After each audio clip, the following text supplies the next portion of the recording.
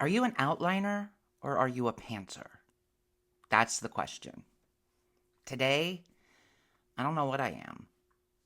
Um, I watched an interview with George R. R. Martin. He calls them architects and gardeners, and he said he's more of a gardener.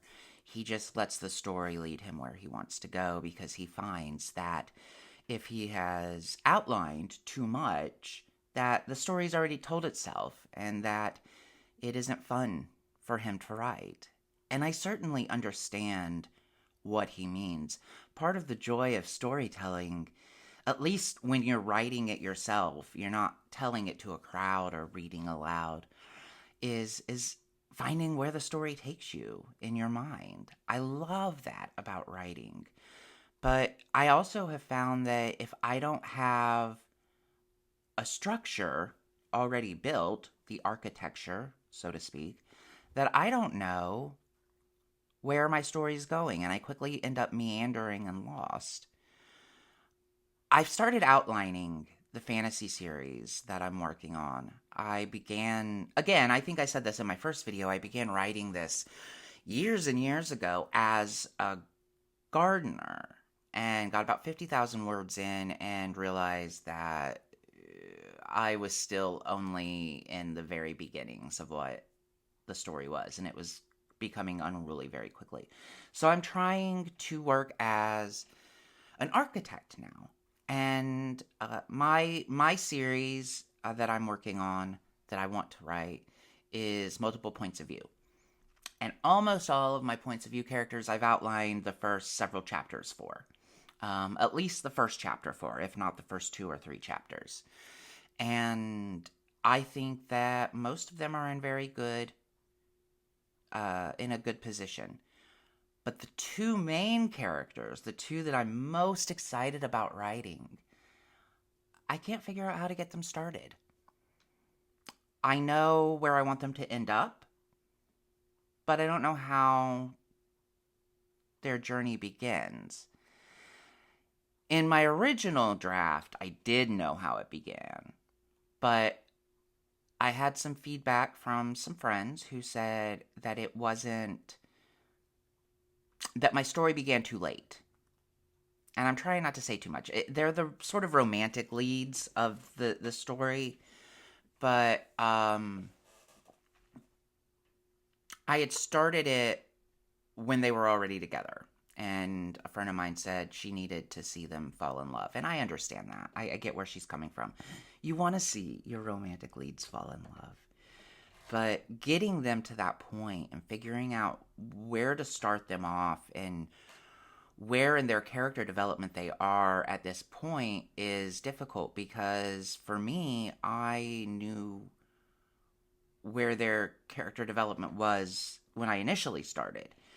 But the backstory that got them there in the original telling would be several books unto itself, and I don't really want to go into that. So where do I go from here? I don't know. I'm struggling, and it's been a struggle. I think I've finally figured it out in that I'm going to start not when they first meet, but a little before they meet. And I have to trust my instincts that that's the right thing to do as a writer. I have to trust my instincts on that. I could change my mind later on, but that's what the editing and the revision is for, and I keep telling myself that. I'm just really, really bad because I want to edit as I go, and that's a habit that I've developed really, I think, more working in media. So I was a columnist for a newspaper for many years, and I often wrote about breaking news pieces, like events, elections, things like that. And so I would have a very, very short turnaround time. I would have to deliver 800 to 1200 words of researched copy in an hour to 2 hours. And when you're doing that, you tend to edit as you go. And that's a habit that has served me very well as a journalist and as somebody who wrote on very tight deadlines. But I don't know that that's necessarily a good habit for a novelist or anyone writing a longer piece. Sometimes you just have to let it go and edit it later. And I'm trying to unlearn what I have learned. Ooh, do I have something on my? No, it's just the beard. Um. Anyway, so that's where I'm at right now, and I just wanted to sort of ask you all: Are you an architect or are you a gardener? How do you write? How do you decide where the story begins? How do you decide where the story goes? Do you just trust your instincts and start driving and trust that you're going to end up at your destination? Or do you have a map? For me, I definitely feel like George R. R. Martin hit on something when he said that part of the joy is telling the story, and that if you outline it too much, that you've already told the story, and so the fun is gone as a writer. But on the other hand, with something as large as what I'm working on, which, is a multi-point of view, multi-book series, if is what I'm hoping that it'll turn into being, I don't think I can do it without an outline. So I'm just curious as to what you all do. What's your process as writers? And again, whether you're just starting out or whether you've published umpteen million books, I want to hear from you.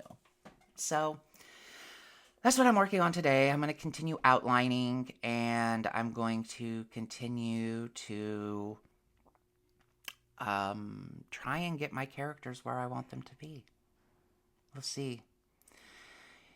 Other than that, I did get a rejection from a job that I had applied for today. I didn't like that. Nobody likes getting rejections. It is part of being a writer. It is frustrating right now because I am in desperate need of a job. And I don't know how much longer I can afford to be out of work. I keep telling myself that plenty of writers have to take side gigs. I haven't had to do that in a long, long time. I've been making a living as a writer for a very long time, but, work has dried up. And the reality is right now that journalism and the media, newspapers, websites, magazines, it's a very tough field to get a job in. It's a very tough time to get a job anywhere right now, in any field. But journalism, especially over the last few years, has seen a lot of layoffs and downsizing, and so it's competitive and it's tough. I don't know. I got a rejection today, though, that really kind of annoyed me, because the rejection said basically we've gone with somebody who meets the qualifications that we need. Basically saying I wasn't qualified for the position. And that was annoying because, first of all, I am qualified for the position. It's exactly what I've been doing for the last 10 years. I mean, Jesus Christ, if that doesn't qualify me, I don't know what does. But second of all, it was with a company that I had interviewed with recently, like within the last month or so. And they didn't select me for a very similar role, but they did interview me for it. They did say they were a big fan of me, and I did get a lovely email back from the same woman who rejected me from this job saying, we want to keep a dialogue going. We're very interested in you for other positions. But then I got this sort of form letter saying you're not qualified enough. And the job was literally, almost exactly the same job that I had interviewed for a month ago, just for a different newspaper that was owned by the same company. And so it's sort of discouraging to be like, oh God, what did I say in that interview that made them think I wasn't qualified? But the email did look kind of like a form letter. So anyway, that's where I'm at right now in my writing journey. I don't know where you're at, but I hope you're having a little bit more luck than I'm having today. It's not been a banner day, but onward and upward. So I'm going to go get to writing, and you should go get to writing, because it's not going to write itself.